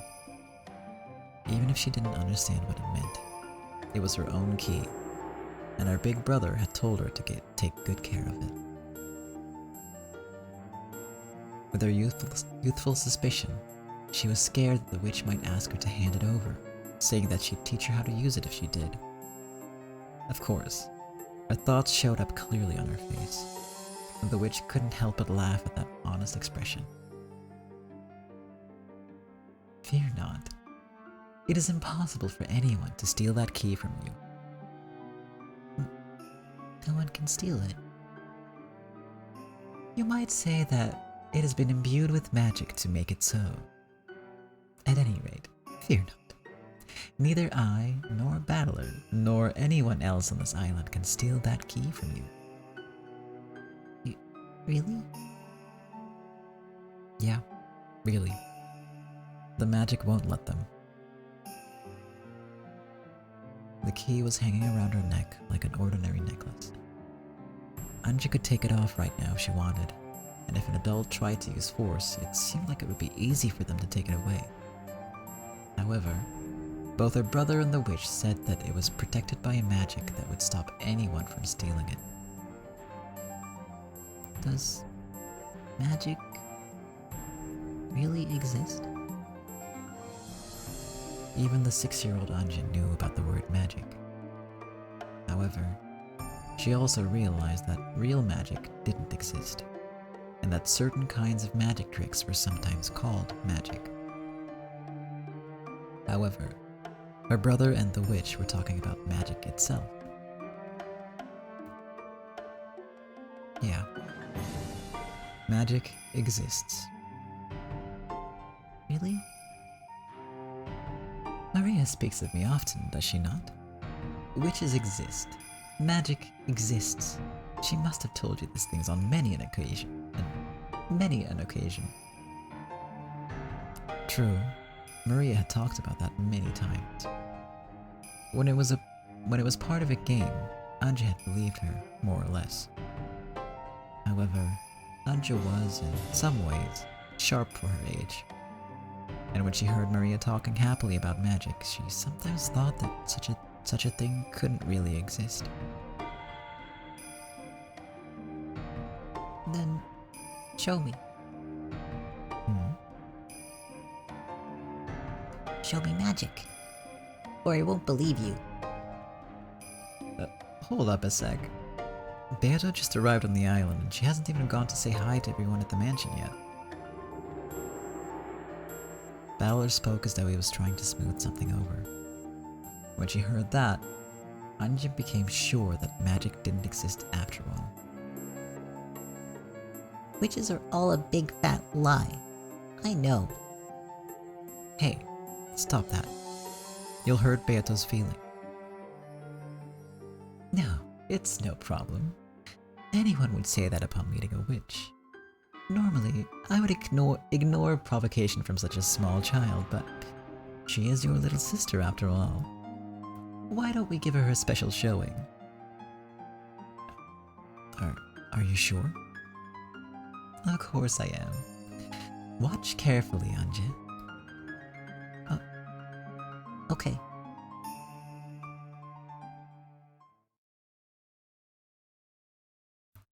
Though Ange had challenged the witch to show her if she could.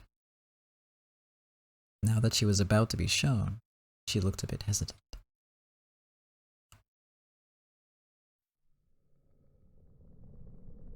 She gulped, then stared up at the witch's face.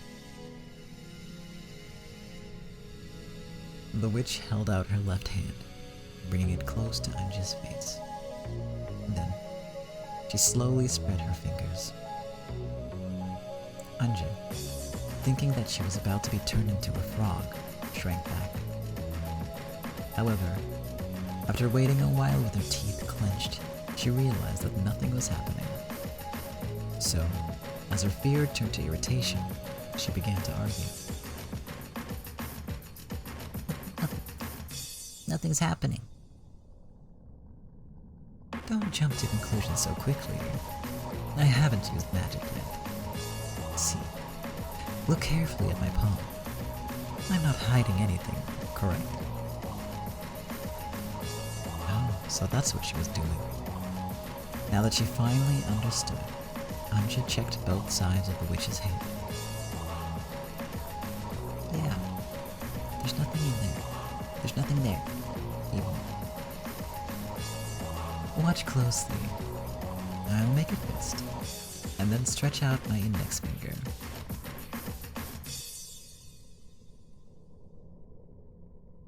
She stretched out her index finger and held it right in front of Ange's eyes.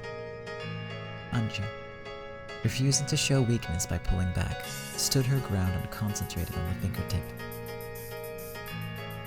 Watch the tip of my finger closely. Ready? It'll be fast.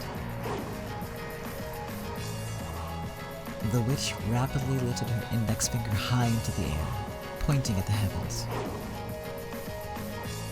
Just as Ange looked up to see the finger raised high, it swung down as though trying to dodge her gaze. In that manner, the finger swung up, down, left, right, then left again. As though Ange was playing a game of Acchi Muite Hoi. I will add a fun facts section explaining what that is in the YouTube pod. But I must wrap up soon, so no time to delve into that right now. Feeling as though she'd lose if she couldn't keep up with the fingertip, Ange swung her face this way and that, looking serious.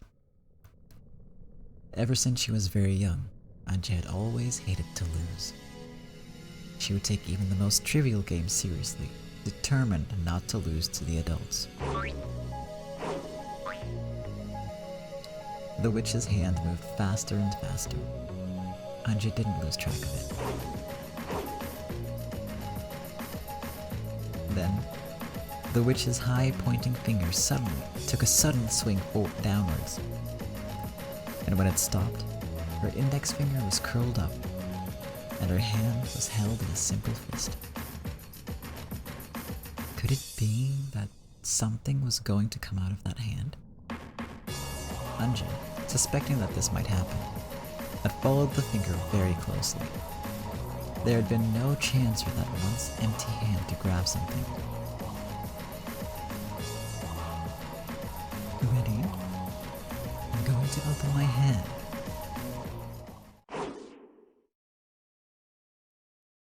The witch slowly opened her right fist, and there. What? How? How, Oni-chan?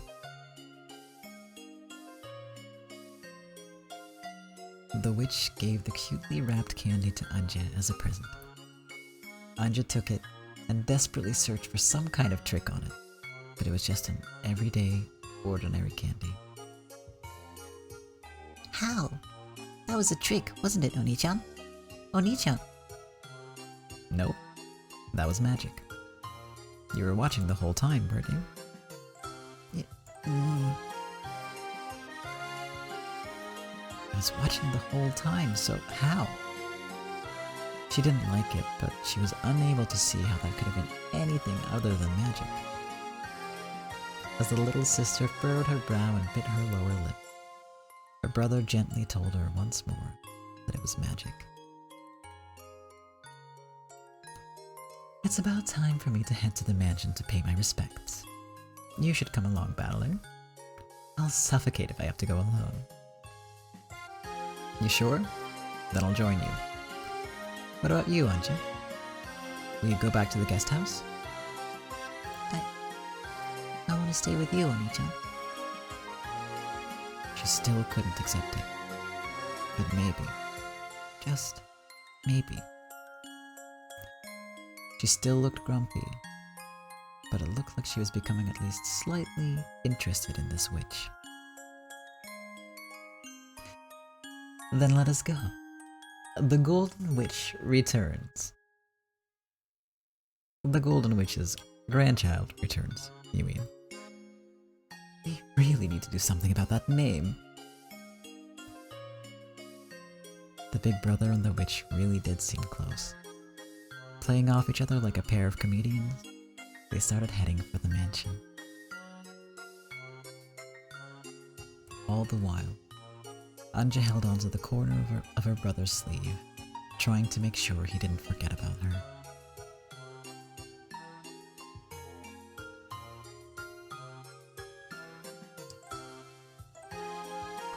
Well.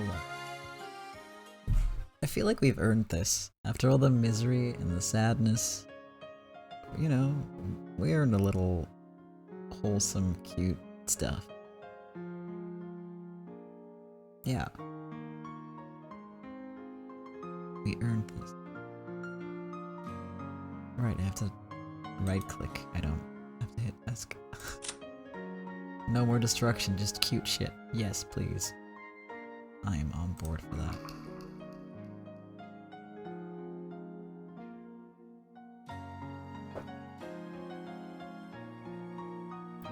Yeah, it was a long way, but we stuck through it, you know, and this is our reward, really, in a lot of ways.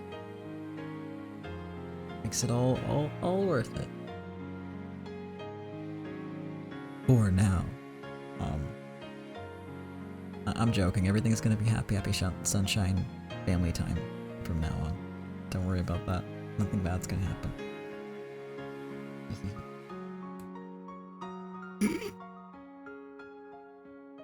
Hey, that's slander, Kat. Rudolph climbed that ladder successfully, okay? Both times. Well, once he almost fell.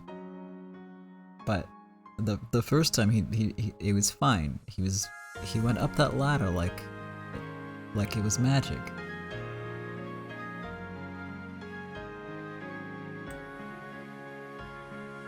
So, you know.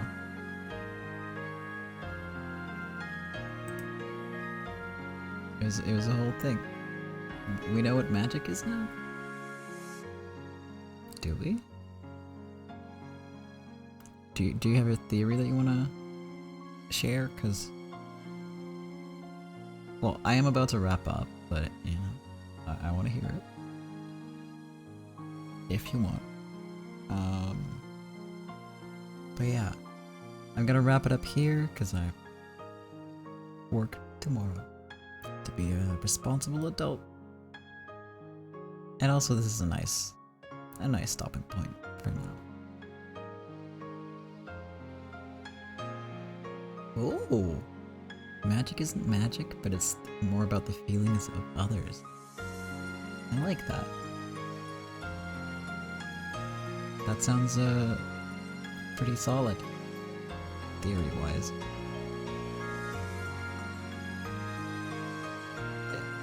Like, I don't think it has been like textually confirmed what magic is yet. I'm not sure that even happens, but that's definitely a huge part of it, for sure. Hence the whole, you know, you can't make a universe without two. It takes two people to create a universe, right? So yeah. Very well put. Alright.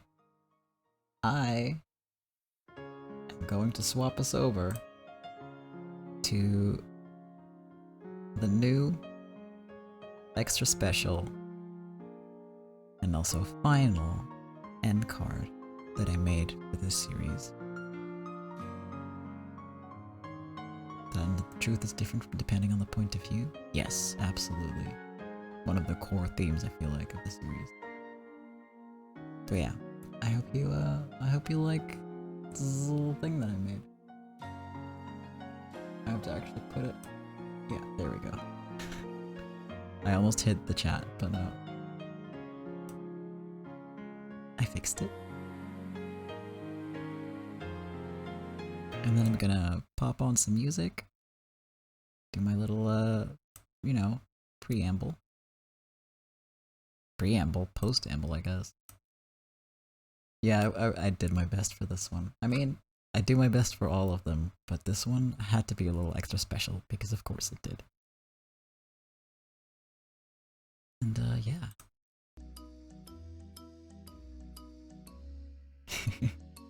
Thank you. I don't know why the epitaph is rolling over it.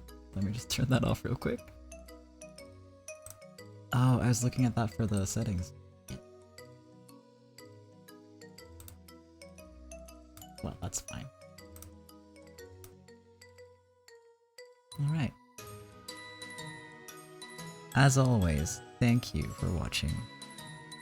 I hope you enjoyed it. I hope you enjoyed the whole series. And, no, the epitaph was like, we know what that is and what it's for now. There's not going to be any sneaky epitaph business coming up anymore. But yeah. I'm gonna take my time with episode 8. And then we're gonna, at the end of it, gonna do a little just chatting type thing to talk about the whole series. And at some point I might try to arrange another Umineko watch party. Because they only got like 4 episodes in and then I got so busy just with all kinds of stuff, there was never any time.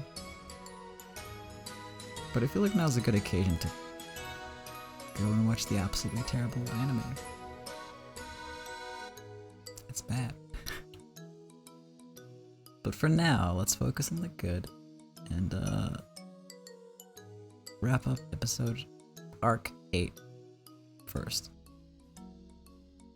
It is charming that it's bad, you're right. Gosh, yes. That's it. I mean, I'm gonna be back on Monday with a stream of some sort. Then on Wednesday with more Umineko. I'm gonna get the VOD out as soon as possible.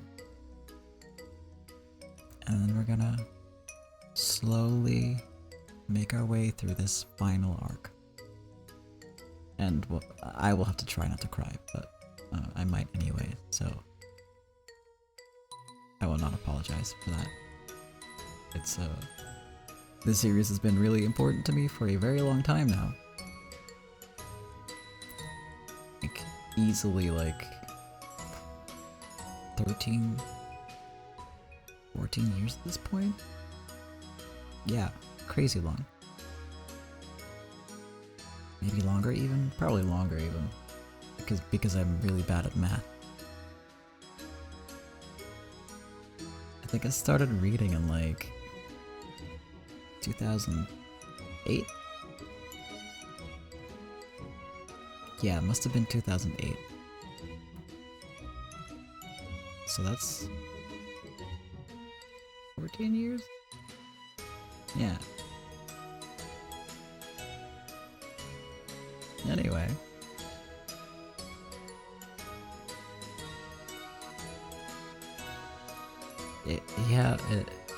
We're all getting older all the time, and you know, time is a construct.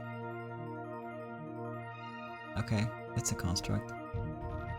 Anyway, I'm letting myself get very distracted. But the important bit is next week, more Umineko. Another stream, I don't know what I'm gonna do yet. We'll see. But Wednesday, same time as always, we'll be back. Thank you for watching. Thank you for being in the chat. Thank you for watching the VOD if that's what you're doing. In the future, I hope it's good over there. I hope you have a great day, week, month, year, life. See you next time. Thank you again.